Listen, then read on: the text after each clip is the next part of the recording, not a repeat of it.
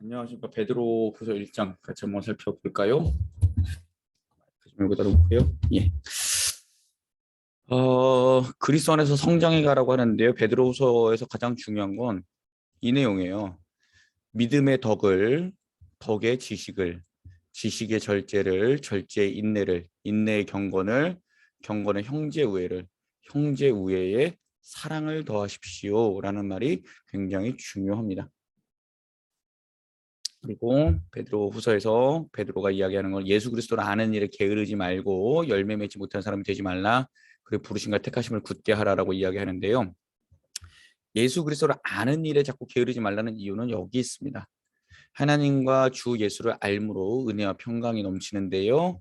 자, 영생을 요한복음에서 뭐라고 말했냐면 예수님께서 뭐라고 그러셨냐면 유일하신 참 하나님과 그가 보내신 자 예수 그리스도를 아는 것. 이 아는 것은 전에 요한복음을 할 때 이야기했었는데 지식으로 아는 게 아니라 체험으로 아는 것. 예, 직접 겪어봐야 된다는 거죠.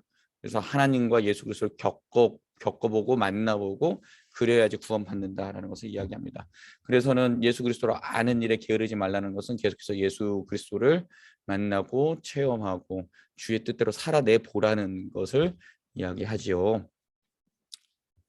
자, 그리고 예수님의 능력과 강림을 다른 사람들이 뭐 말도 안 되는 소리 하지 마라 막 이렇게 얘기했다 그러는데 베드로는 뭐라 그럽니까? 나는 직접 봤다. 내가 그 일의 증인이다.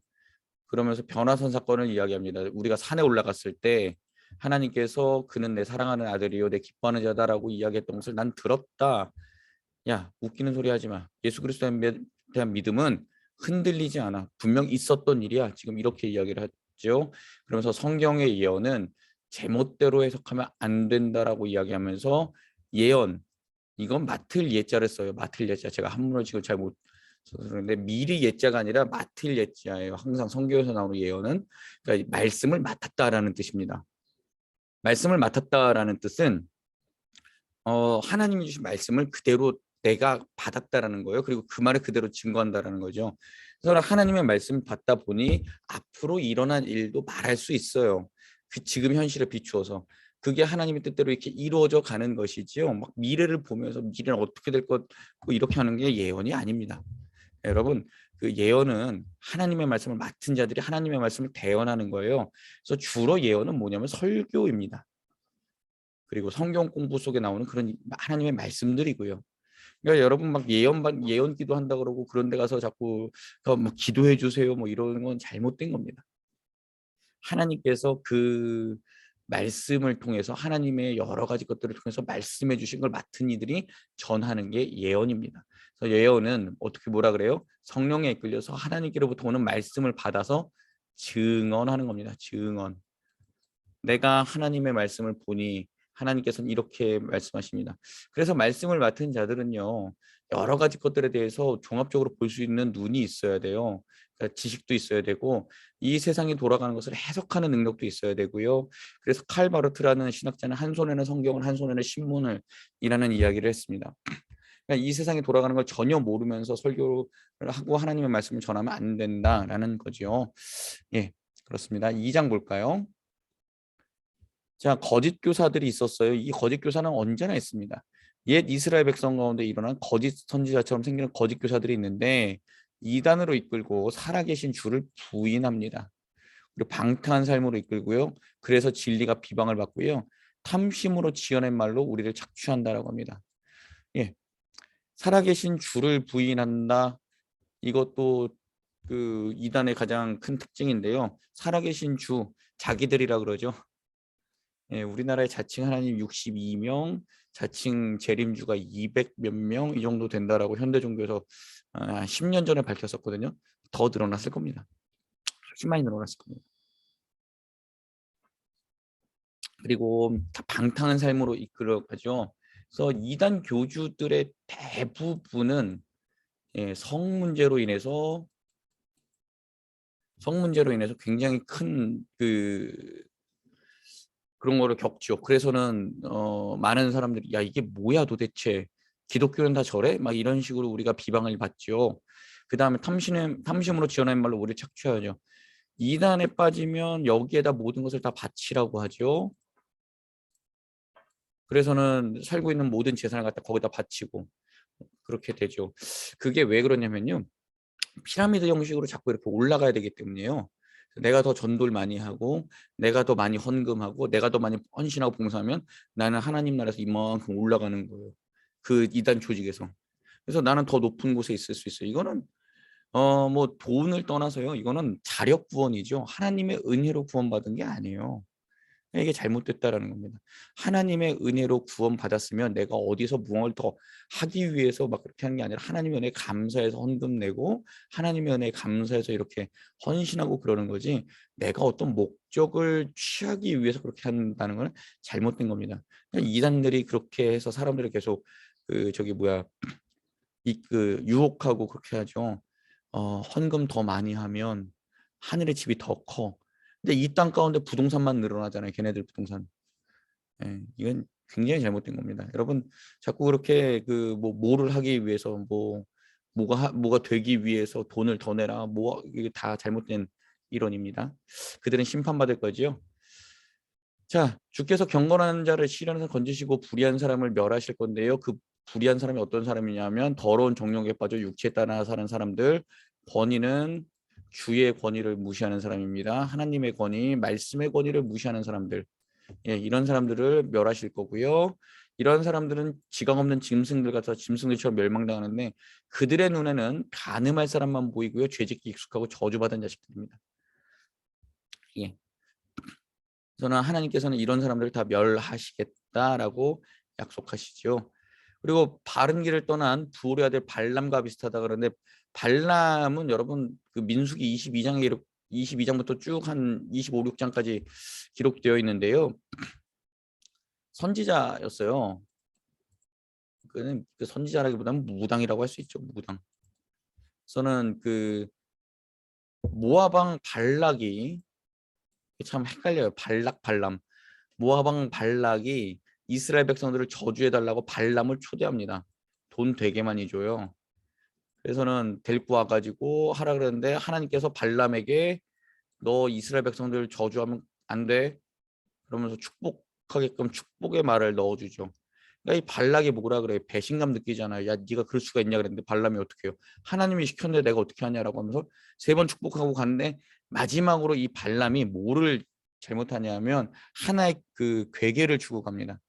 이스라엘 백성들을 꼬셔다가 그 모압의 여인들과 동침하게 해라. 그리고 그 저기 뭐야 바알 제의에 동참하게 해라. 이렇게 해가지고 그때 민수기에 보면 많은 사람들이 그 저기 모압 신에게 드리는 그 제사에 참여해서 모압 여인과 동침하고 그 저기 뭐 하나님을 배신하는 일이 일어나죠. 그게 바알 부올, 예, 바알 부올인데요. 그렇게 해가지고 굉장히 큰 그 저게 나타납니다. 하나님의 징계가 나타납니다. 그때 비느하스라는 아론의 손자가 창으로 그 저기 누구야 그 바알보올에 참여했던 우두머리를 죽이면서 하나님의 질투가 진노가 그치게 되는데요. 예, 바른 길을 떠난 부올의 아들 발람과 비슷하다라는 것은 결국에는 다른 사람들을 악한 길로 이끌었다라는 이야기입니다. 그리고 그들은 물 없는 샘이며 광풍에 밀려가는 안개이며 캄캄한 어둠이 예비되어 있습니다. 그래서 우리는 거짓 교사들이라고 할 때 꼭 종교 지도자들뿐만 아니라 우리가 정말 거짓 교사로서 서 있진 않은가 늘 조심해야 된다는 것도 생각을 합니다. 허무맹랑하게 큰 소리를 치고 올바로 살려고 하는 사람을 유혹합니다. 아 괜찮아 뭐 어때. 제가 우리 예전에 우리 교회 고등부 말고 전에 교회 고등부에서 아이들 가르칠 때 고3 애들 하면서 이 이야기를 한 번 했었어요. 니네들 대학 가면 제일 처음에 하는 게 술 먹는 일이다. 선배들이 그렇게 술을 먹인다. 근데 거기서 너희들이 잘 생각해라. 근데 그중에 꼭 이런 놈들 하나씩 있다. 야 우리 엄마도 권사인데 괜찮아. 나도 먹잖아. 너도 먹어. 이런 놈들 있다. 조심해라. 지네 엄마가 권사하지 지가 종교인 그 신앙 성도는 아니지 않냐. 너희들 조심해라 라고 그때 이야기했던 적이 있는데요. 네, 올바로 살려고 하는 사람을 꼭 유혹해서 그렇게, 왜냐하면 자기만 죄지면 안 되잖아요. 그러니까 죄의 확산이 일어나는 거예요. 죄의 확산성이라고 하는데요. 나만 죄지면 안 되고 계속 끌고 오는 거예요. 죄질 사람들을. 그러면서 이제 서로 양심이 무뎌지면서 어떻게 돼요? 아, 쟤도 그랬고 나도 그랬어. 이 얘기가 되는 거죠. 되게 조심해야 됩니다. 자, 그리고 예수로 인해 세상의 더러움을 피하고 피했는데 또 거기에 얽매이면 전보다 더 나쁜 형편에 거한다라고 합니다. 예수님 마태복음 12장에서 일곱 귀신 이야기를 했었죠. 그 집 마음을 청소를 했더니 귀신이 나갔습니다. 근데 돌아다니다가 보니까 여기가 또 마음이 비어 있어요. 그러니까 일곱 귀신을 더 데리고 들어서 악한 일에 빠지게 한다라고 했는데, 그러면 이 비고 빈 마음, 마귀를 청소한 마음에는 뭐가 있어야 돼요? 예수 그리스도의 말씀과 성령으로 충만해야지 마귀가 못 들어오죠. 전보다도 나쁜 형편에 거하면 안 된다라는 거예요. 그래서 의의 도를 안 후에 거룩한 길을 버리면 차라리 알지 못하는 게 낫다라고까지 베드로 사도는 이야기합니다. 저는 개가 그 토한 것에 눕고 막 이렇게 이야기도 하잖아요. 조심하시기 바라고요. 우리는 늘 하나님 앞에서 서 있는 사람으로 살아가야 됩니다. 3장 볼까요? 말세에는 조롱하는 사람들이라서 자기 욕망대로 살고 여러분들을 조롱합니다. 라고 할 건데요. 예, 말세는요. 그 보면은 저렇게 살아도 되나 싶을 정도로 이렇게 살아가는 인간들이 있을 거예요. 근데 우리 하나님 말씀대로 살아가면 걔네들 맨날 놀리죠. 야, 하나님 말씀대로 살면 뭐가 좋냐? 야, 왜 이렇게 바보같이 살아? 어차피 이래도 한 인생 저래도 한 인생인데 그냥 적당히 살다 죽으면 되지. 아니죠. 우리는 이래도 한 인생 저래도 한 인생이 아니라 우리는 뭐가 있다는 것을 믿습니까? 심판이 있다는 것을 믿는 사람들이죠. 하나님 앞에 가야 된다는 것을 믿는 사람들이죠. 그러면 이래도 한 인생 저래도 한 인생이 아니라 하나님의 뜻대로 사는 인생이 있다라는 것을 믿기 때문에, 하나님의 심판이 있다는 걸 믿기 때문에 우리는 날마다 하나님의 말씀으로 살아야 된다는 것을 기억해야 되겠습니다. 자, 그리고 그 사람들이 이렇게 조롱하죠. 그리스도가 다시 오기나 하냐? 창세 이래로 죽은 사람 살아난 적 없다.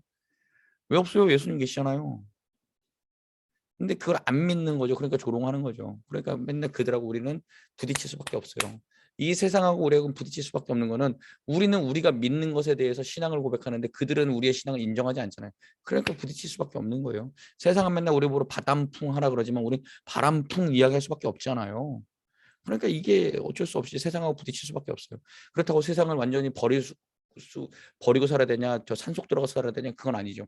이 세상 가운데 빛과 소금으로, 그다음에 이 세상 가운데서 영성을 드러내며 우리 집이 정말 수도원 영성을 나타내며 그렇게 살아가는 것이 우리 말세에 살아가는 기독교인들의 자세인 거죠.